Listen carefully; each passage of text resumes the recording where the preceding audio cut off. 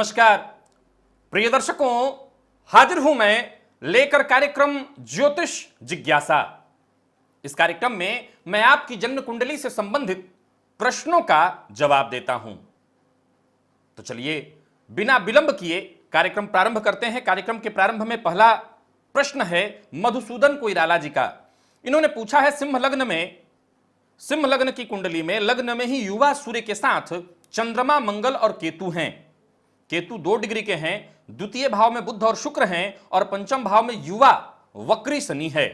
आय भाव में युवा गुरु हैं और इनका प्रश्न है कि आय, विद्या और पत्नी कैसी होगी? शनि केवल परेशानी देंगे?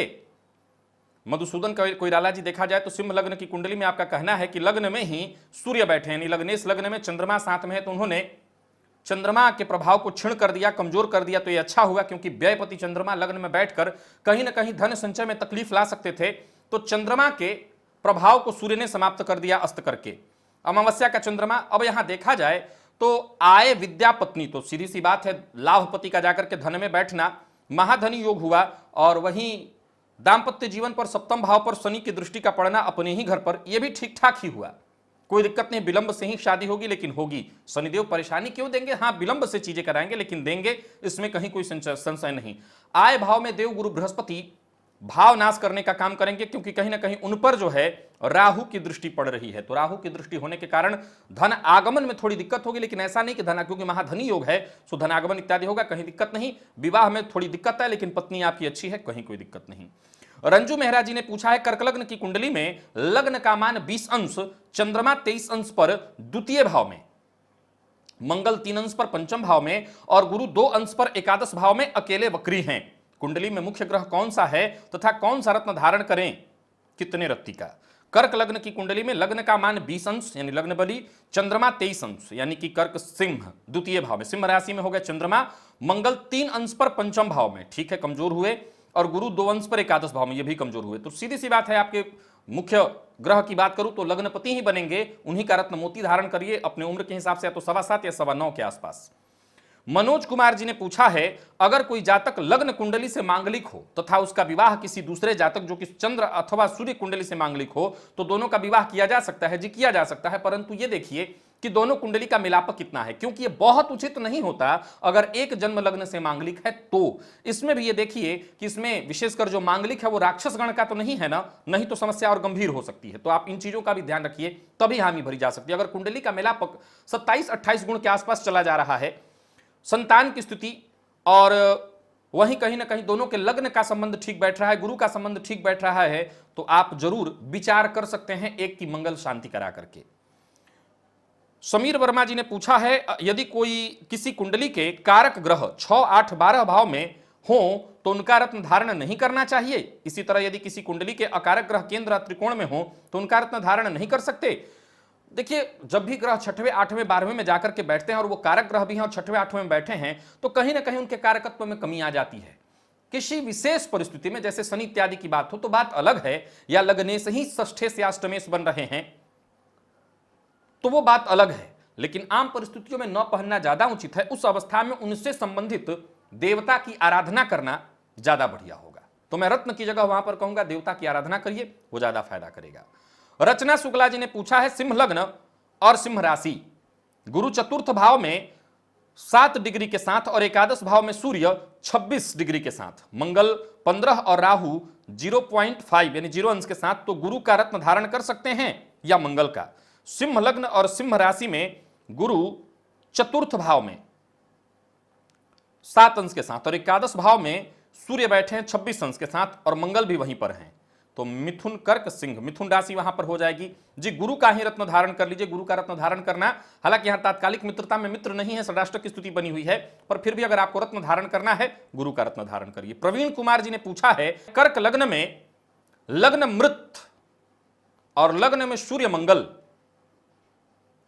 द्वितीय में चंद्र बुध शुक्र और चतुर्थ में शनि, पंचम में गुरु और केतु, एकादश में राहु, क्या मंगल का नीच भंग है? मूंगा पहन सकते हैं? धन संचय क्यों नहीं होता? कर्क लग्न और लग्न आपने बताया मृत है तो लग्न कमजोर हुआ सबसे पहले तो। दूसरा आपका कहना है कि लग्न में ही सूर्य मंगल बैठे हैं और यहां पर मंगल भी मृत है, तो सीधी सी बात है, मंगल भी कमजोर हुआ। अब आपने जैसा कि लिखा है कि इनका नीच भंग तो नहीं हो रहा है, और मूंगा पहनने की सलाह भी मैं नहीं दूंगा, क्योंकि इसके चलते हो सकता है क्रोध में बहुत ज्यादा वृद्धि होगी आपकी। ऑलरेडी सूर्य लग्न में बैठ करके क्रोध में और अहंकार में वृद्धि कराते हैं, तो मूंगा पहनने की सलाह नहीं दे सकता। धन संचय की अगर बात की जाए तो कर्क लग्न की कुंडली में सूर्य धनपति होकर के लग्न में बैठे हैं, और लाभपति जाकर के शुक्र बैठे हैं कुंडली के चतुर्थ में। धन संचय होगा, धन संचयन में कहीं कोई संशय नहीं। सूर्य की आराधना करिए, धन संचयन होने लगेगा। प्रियंका यादव जी ने पूछा है, यदि मीन लग्न की कुंडली हो और पंचम भाव में सूर्य केतु गुरु की युति हो, सप्तम भाव पर शनि की 10वीं दृष्टि हो, एवं उस भाव के स्वामी बुध छठवें भाव में हो और शुक्र चतुर्थ भाव में तथा अष्टम भाव में चंद्रमा के मद्रुम से पीड़ित हो, तो क्या विवाह होने में देरी होती है? और वैवाहिक जीवन के बारे में बताएं। देखिए, एक बात आपको बता दूं कि यहां पर जैसा आपने कहा है कि सप्तम भाव पर शनि की दृष्टि है, तो वैवाहिक जीवन में देरी होने की बात तो साफ साफ दिखाई पड़ती है। अब वैवाहिक जीवन खराब होना, तो सप्तम पति जैसा कि आपने लिखा छठवें में बैठे हुए हैं, तो सीधी सी बात है कि वैवाहिक जीवन में थोड़ी परेशानी तो होगी ही होगी। बाकायदा कुंडली मिलाकर के भले ही देर हो, लेकिन बाकायदा कुंडली मिलाकर के अगर विवाह हो तो वैवाहिक जीवन सुखद रहेगा, फिर कोई दिक्कत नहीं होगी। शिवा राघव जी ने पूछा है, मेरी धनु लग्न में अष्टमेश शुक्ल नवमी के चंद्रमा, अच्छा, सप्तम भाव में केतु के साथ हैं और अष्टम भाव पर स्वगृही शनि और उच्च के मंगल की दृष्टि है, तो क्या यह आयु से विच्छेद करेगा या उसके अच्छे प्रभाव होगा? धनु लग्न में अष्टमेश शुक्ल पक्ष के नवमी, यानी इनका कहना है कि शुभ चंद्रमा है, और सप्तम भाव में केतु के साथ है। अष्टम भाव पर स्वगृही शनि और उच्च के मंगल की दृष्टि है। देखिए, मंगल की दृष्टि से चोट चपेट एक्सीडेंट की घटना बढ़ती है, लेकिन यहां पर आपको बता दूं कि आयु से नहीं, वरन मृत्यु से विच्छेद करा करके शनिदेव आयु बढ़ा देते हैं। तो ये अच्छा है, इसमें कोई उपाय की आवश्यकता नहीं। चोट चपेट एक्सीडेंट की घटना ना हो, इसके लिए शिव जी की आराधना करिए।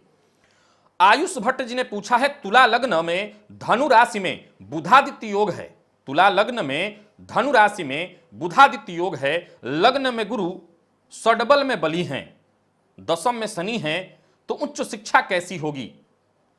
तुला लग्न में धनु राशि में बुधादित्य योग है, यानी पराक्रम भाव में आप कहना चाहते हैं, और लग्न में गुरु षडबल में सबसे बली। तो लग्न में गुरु बैठे हैं तो सीधी सी बात है, उनकी दृष्टि शिक्षा भाव पर पड़ेगी, और दशमस्थ शनि का होना भी यहाँ ठीक। तो मैं तो समझता हूं बहुत बढ़िया हुआ, क्योंकि देव गुरु बृहस्पति की दृष्टि शिक्षा और उच्च शिक्षा पर पड़ेगी, और आपका कहना है कि षडबल में सबसे बली हैं और लग्न में बैठे। ठीक है कि तुला लग्न की कुंडली है, परंतु अगर चंद्र कुंडली आपकी बनाई जाए तो धनु राशि की बनती है, तो वहां पर लग्न में देवगुरु का होना, अगर शुक्र के साथ ये तात्कालिक मित्रता में आ जाए, तो जैसा कि आपने कहा कि सूर्य जाकर के बुधादित्य योग बना है, तो या तो शुक्र द्वितीय में होंगे या चतुर्थ में होंगे, क्योंकि साथ नहीं है, तो यहां पर तात्कालिक मित्रता भी हुई, तो बहुत अच्छी शिक्षा की स्थिति यहां पर बन रही है।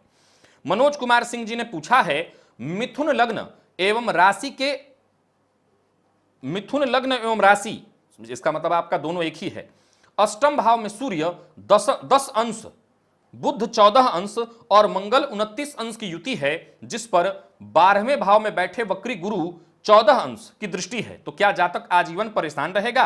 और 5वें भाव में शनि 16 अंश और राहु 29 अंश का श्रापित योग है, तो क्या जातक को संतान ज्ञान में भी समस्या आएगी?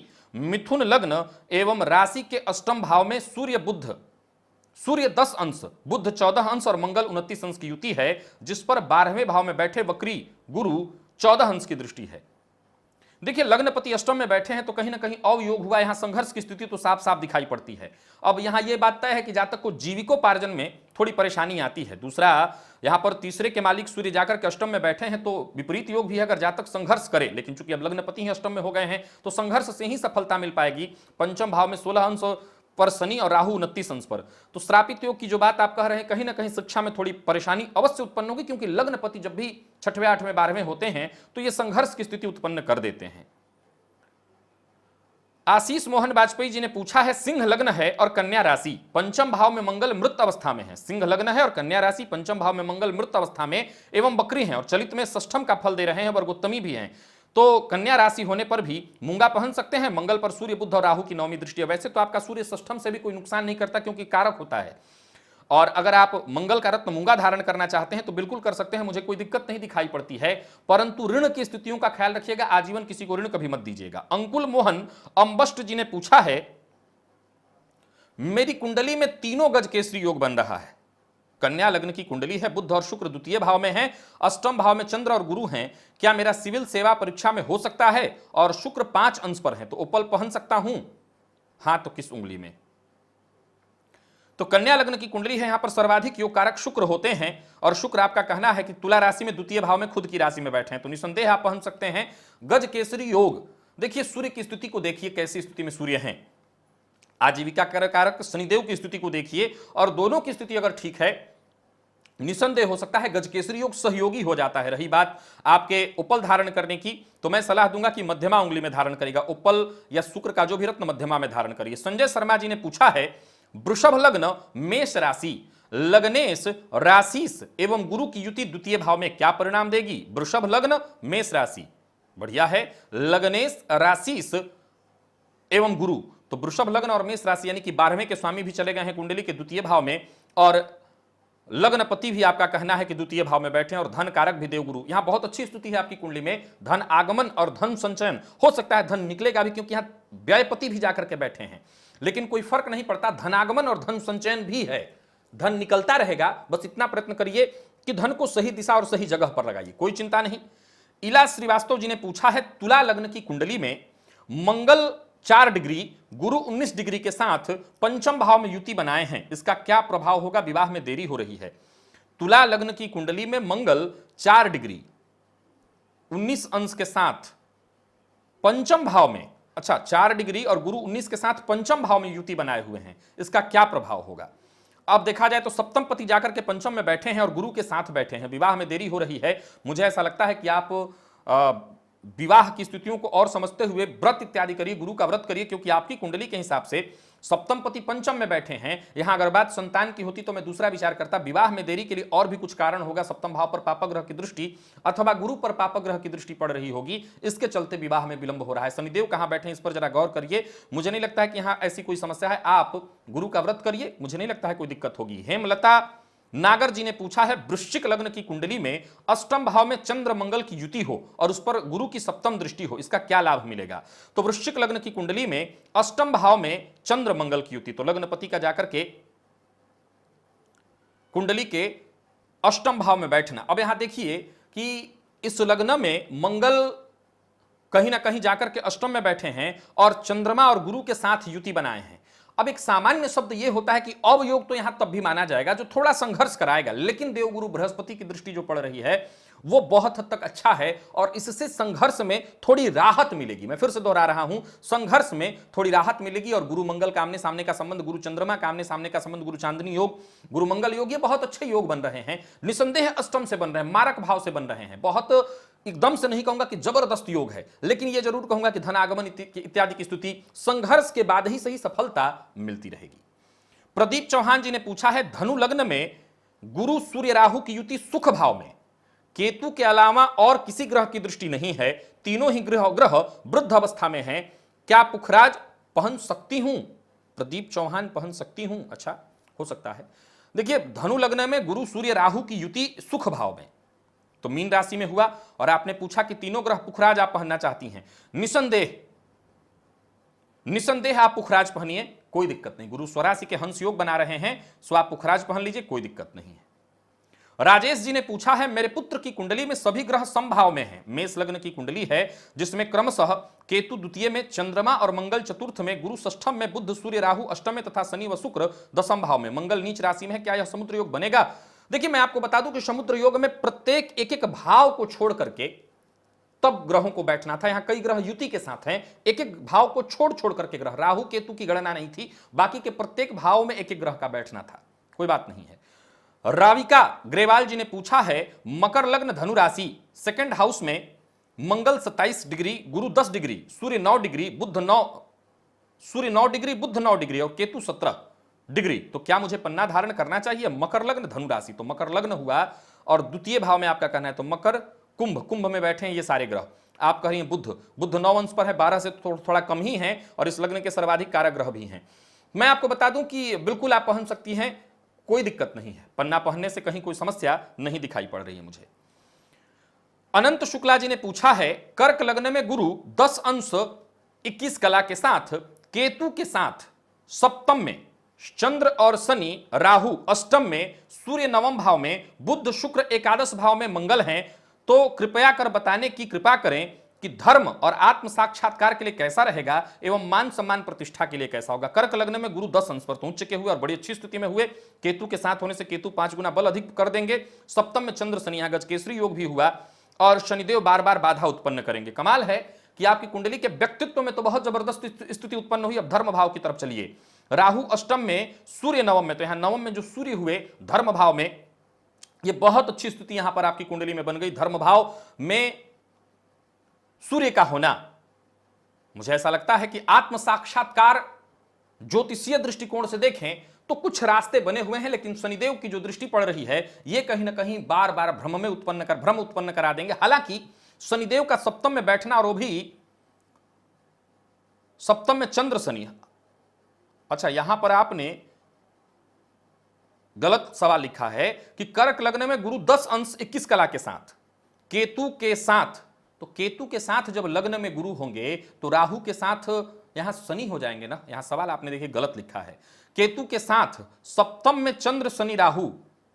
अच्छा, क्षमा प्रार्थी हूं, आपने अष्टम, चूंकि आप लोग हिंदी या तो लिखना नहीं जानते कि हिंदी में कॉमा इत्यादि भी होता है, पूरी कहानी लिख जाते हैं उसमें, तो कॉमा इत्यादि का भी प्रयोग करिए हिंदी में, तो पता चलेगा ना कि कहां आप रोकना चाहते हैं विषय को। चलिए, आपका देखिए मैं नवम में सूर्य को देख रहा था, चूंकि आपने कोई कॉमा, कोई विराम ही नहीं दिया है। खैर, आपका यह कहना है कि चंद्र शनि राहु बैठे हैं सप्तम में, अष्टम में सूर्य हैं। ओके, ये बात आपने कहा है, ठीक है। मैं आपको बता दूं कि चंद्र और शनि, यहां पर राहु और शनि की जो युति बनी हुई है ये कहीं ना कहीं बाधा उत्पन्न करते दिखाई पड़े, लेकिन चूंकि आत्मबल लग्न में गुरु उच्च के हैं, ये बहुत अच्छा है। हां, आत्म साक्षात्कार की बात करें वो नहीं दिखाई पड़ता, क्योंकि शनि यहां बाधा उत्पन्न कर देंगे। कांता कुंजीर जी ने पूछा है, कर्क लग्न में शनि और मंगल बैठे हैं और सप्तम भाव में चंद्र और शुक्र हैं, तो क्या शादी नहीं हो पाएगी? कर्क लग्न में शनि और मंगल बैठे हैं, लग्न में ही है, ठीक है, और सप्तम भाव में चंद्र और शुक्र है। नहीं, ऐसा तो नहीं होगा कि नहीं है, लेकिन हां, वैवाहिक जीवन में परेशानी अवश्य होगी, क्योंकि कर्क लग्न में ही आपका कहना है कि मंगल बैठे हैं और शनि सप्तम में बैठकर सप्तम को देख रहे हैं, तो विवाह तो अवश्य होगा। यहां चंद्र मंगल का आमने सामने का होना, मंगल का नीच भंग भी होगा, तो मांगलिक है, जातक आप जिसकी भी कुंडली है जाति का मांगलिक है, जातक मांगलिक है, विवाह अवश्य होगा, दिक्कत के साथ। मनहर भाई पांचाल ने पूछा है, मेरी मीन लग्न की कुंडली में लग्नेश गुरु षष्ठम भाव में, चंद्रमा और शुक्र के साथ हैं, सूर्य बुध और केतु अष्टम भाव में, शनि लग्न में तथा मंगल दशम भाव में। मेरे घर में दवा पर ज्यादा खर्च होता है, कोई ना कोई बीमार रहता है, कभी मेरी पत्नी तो कभी मेरी बेटी, धन संचय ही नहीं हो पाता और अभी तो धंधा भी ठीक नहीं चल रहा। अच्छा, मीन लग्न की कुंडली में लग्नेश गुरु षष्ठम में, तो ये अवयोग हुआ, चंद्रमा और शुक्र के साथ हैं, तो सीधी सी बात है कि यहां पर कहीं ना कहीं परेशानी तो साफ साफ दिखाई पड़ रही है। सुखेश जाकर के आपकी कुंडली में मीन मेष वृष मिथुन कर्क पंचमेश जाकर के बैठ गए हैं कुंडली में षष्ठम भाव में, और धन संचय भी नहीं हो पा रहा है। देखिए, एक बात आपको बता दूं कि पहले तो अपने घर की स्थिति देखिए, घर इत्यादि में कोई और बाधा नहीं उत्पन्न हो रही। हां, लग्नपति षष्ठम में है तो संघर्ष होगा और परेशानी बनी रहेगी। रोग भाव में लग्नपति जाकर के बैठे हैं, और आपका यह कहना है कि मीन तो मेष राशि का स्वामी मंगल, वो कहां बैठा है? मंगल दशम भाव में है, शनि लग्न में तथा मंगल दशम भाव में है। यहां पर आपका एक और बात विचारणीय है कि गुरु षष्ठम भाव में चंद्रमा शुक्र के साथ और सूर्य बुध केतु अष्टम में, तो यहां सूर्य बुध केतु अष्टम में हो गए, राहु द्वितीय में आकस्मिक धन कराएगा, लेकिन बेवजह परेशानियों में धन खर्च भी कराता रहेगा, क्योंकि मीन मेष राशि में राहु कोई कारक हुआ नहीं, मीन लग्न की कुंडली में राहु कोई कारक नहीं, तो इस चलते धन संचयन में परेशानी, और शनिदेव लग्न में बैठ करके हर मामले में देर विलंब कराना। परंतु एक बात आपको बताना चाहता हूं कि द्वितीय पति जाकर के धन में बैठे, मैंने अपने कार्यक्रम में कई बार कहा है इस मामले में कि गरीब से गरीब परिवार में जन्मा बंदा भी संघर्ष करके अवश्य धन अर्जित कर लेता है, तो मुझे लगता है कि और संघर्ष की आवश्यकता है। घर की स्थितियों को देखिए, घर में कोई दोष इत्यादि तो नहीं है जिसके चलते लोग बीमार पड़ रहे हैं। पितृदोष अगर घर में, तब भी लोग पैसा दवा में जाने लगता है, तो पितृदोष इत्यादि की संभावनाएं भी कई बार बनती हैं। हालांकि मैं इतना ही कहूंगा कि पूजा पाठ बाकायदा करिए, समस्या नहीं होगी। सपना सिंह जी ने पूछा है, मेष लग्न और मेष राशि में मिथुन राशि के शुक्र पर शनि की तीसरी, मंगल की 8वीं और राहु की 9वीं दृष्टि, क्या फल होगा? मेष लग्न और मेष राशि। ओके, मिथुन राशि के शुक्र पर यानी पराक्रमगत शुक्र पर शनि की तीसरी दृष्टि, ठीक, यानी शनि लग्न में है, मंगल की 8वीं, ठीक है, और राहु की 9वीं, ठीक, ये भी ठीक है। तो देखिए, यहां पर विचारणीय तथ्य है कि यहां ग्रहों की स्थिति क्या बन रही है। लग्न में शनि का होना, मेष लग्न में शनिदेव नीच राशि में बैठे हैं, तो सबसे पहले तो एक समस्या खड़ी करेंगे, जीवन काल में हर चीज का विलंब कराना। ऊपर से आपका कहना है कि मंगल की 8वीं, तो इसका मतलब हो गया कि मंगल जाकर के कुंडली के अष्टम भाव में बैठे हैं और अपनी 8वीं दृष्टि से शुक्र पर दृष्टि डाल रहे हैं, और राहु की 9वीं, यानी राहु बैठे हैं कुंडली के सप्तम भाव में। तो यहां कई तरह की परेशानियां, ये दांपत्य जीवन में भी परेशानी उत्पन्न करता दिखा रहा है। शुक्र पर शनि की दृष्टि दांपत्य जीवन के साथ साथ राजयोग भंग करने की स्थिति को दर्शाता है, तो ये परेशानियों की ही बात कह रहा है। इंद्रजीत शर्मा जी ने पूछा है, कुंभ लग्न की कुंडली में कर्मेश अष्टम में 25 अंश, अष्टमेश कर्म भाव में 15 अंश, सूर्य और शनि के साथ क्या प्रभाव रहेगा? कुंभ लग्न की कुंडली में कर्मेश अष्टम में और अष्टमेश कर्म में, यह परिवर्तन हुआ है। इसका मतलब देखिए, अष्टम पति जहां भी बैठे वहां परेशानी, और कर्म पति जहां भी जाए वहां परेशानी तो होती है। तो निसंदेह कार्यस्थल पर थोड़ी बहुत परेशानियों से आपको जूझना तो पड़ेगा, लेकिन चूंकि ये परिवर्तन हुआ है, और परिवर्तन में ज्योतिष शास्त्र कहता है कि परेशानियां बहुत हद तक कम हो जाती हैं, तो मैं यही आपको कहूंगा कि कम हो जाएंगी परेशानी, लेकिन कहीं ना कहीं कार्यस्थल पर या कार्य में थोड़ा उतार चढ़ाव परेशानी देखनी तो पड़ेगी। रवि तिवारी जी ने पूछा है, मेरी कुंडली कर्क लग्न की है और नवम भाव में देवगुरु राहु के साथ बैठे हैं। गुरु 3 अंश 19 कला के अपने ही नक्षत्र में हैं और राहु 22 अंश पर है। मुझे बृहस्पति की महादशा का कैसा लाभ मिलेगा? जी बहुत बढ़िया मिलेगा, क्योंकि कर्क लग्न की कुंडली में देवगुरु सर्वाधिक योग कारक होते हैं, और आप कहते हैं भाग्य भाव में बैठे हैं, 3 अंश पर हैं। ठीक है, डिग्री वाइज कमजोर हैं। आप देवगुरु को बलवान करने के लिए घर के आसपास के मंदिर जा सकते हैं। रत्न भी आप धारण करना, क्योंकि राहु के यहां होने से कोई समस्या नहीं है। रत्न भी धारण आप करना चाहें तो गुरु का रत्न धारण कर सकते हैं। गुरु की महादशा बेहतर जानी चाहिए, कहीं कोई दिक्कत नहीं। प्रेम कुमार जी ने पूछा है, धनु लग्न में शुक्र और राहु एक साथ पंचम भाव में बैठे हैं, तो क्या संतान नहीं होती? क्योंकि शुक्र मारक है, और क्या ऐसी स्थिति में धन कभी नहीं आता, कभी एवं सरकारी नौकरी में विघ्न बाधाएं आती हैं? देखिए, कुंडली के धनु लग्न की अगर हम बात करें तो यहां पर शुक्र सर्वाधिक अकारक हुए। आपका कहना है कि राहु के साथ पंचम में चले गए हैं। अब संतान कारक देवगुरु बृहस्पति हैं, शुक्र संतान कारक नहीं है। पुरुष की कुंडली में इनका काम अवश्य बनता है, अगर वो मृत अवस्था में है तो कुछ समस्याएं अवश्य इससे बनती हैं।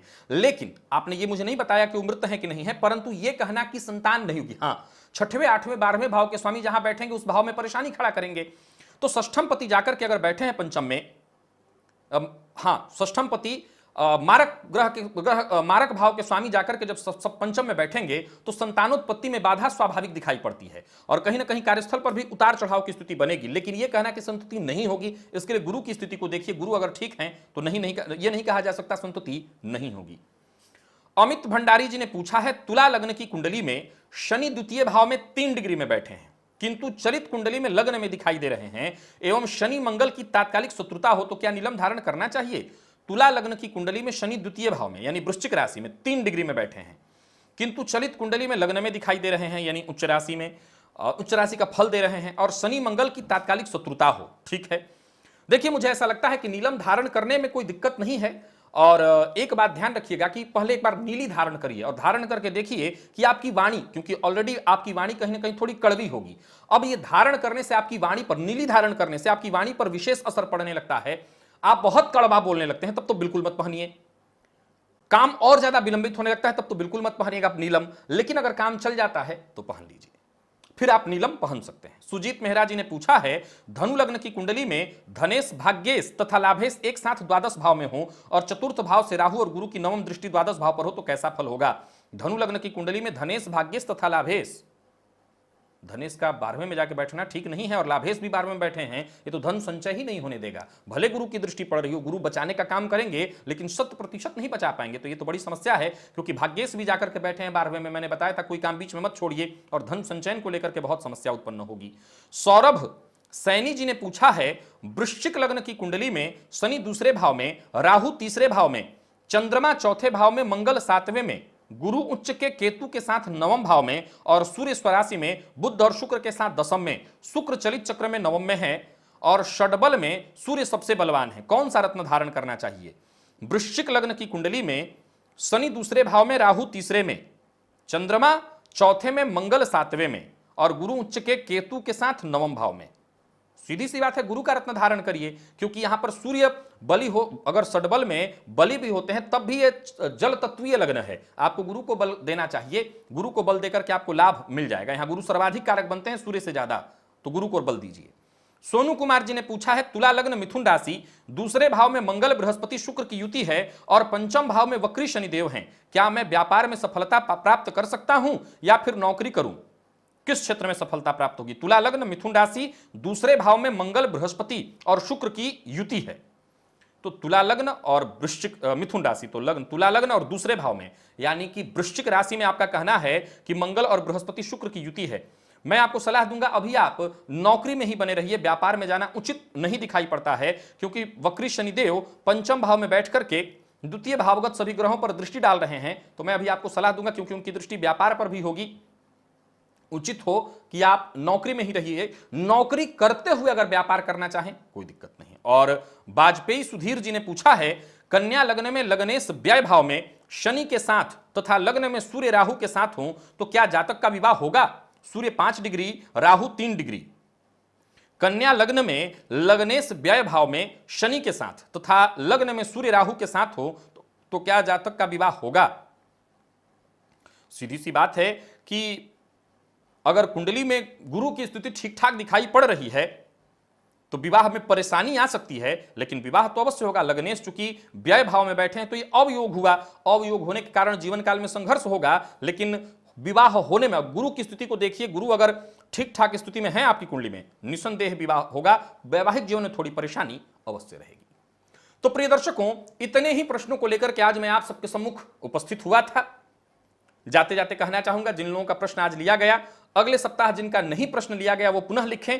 प्रयास करें कि अपने प्रश्न को हिंदी में लिखें, और साथ ही साथ क्योंकि वहां से कॉपी करने में बड़ी आसानी होती है, उसके लिए एक्स्ट्रा अलग मेहनत नहीं करना पड़ता। तो आप ही ये मेहनत करिए, प्रत्येक व्यक्ति अपने लिए इतना मेहनत कर सकता है, तो हिंदी में लिखिए। और दूसरा, थोड़ा सा लिखने में अगर आप ध्यान दें तो कॉमा और अल्प विराम इत्यादि आप दे सकते हैं, तो उससे समझने में आसानी होती है, नहीं तो कहीं की बात कहीं मिल जाती है। इस पर जरा ध्यान रखिएगा। आज के लिए बस इतना ही, इजाजत दीजिए, कल पुनः मुलाकात होगी। तब तक के लिए नमस्कार।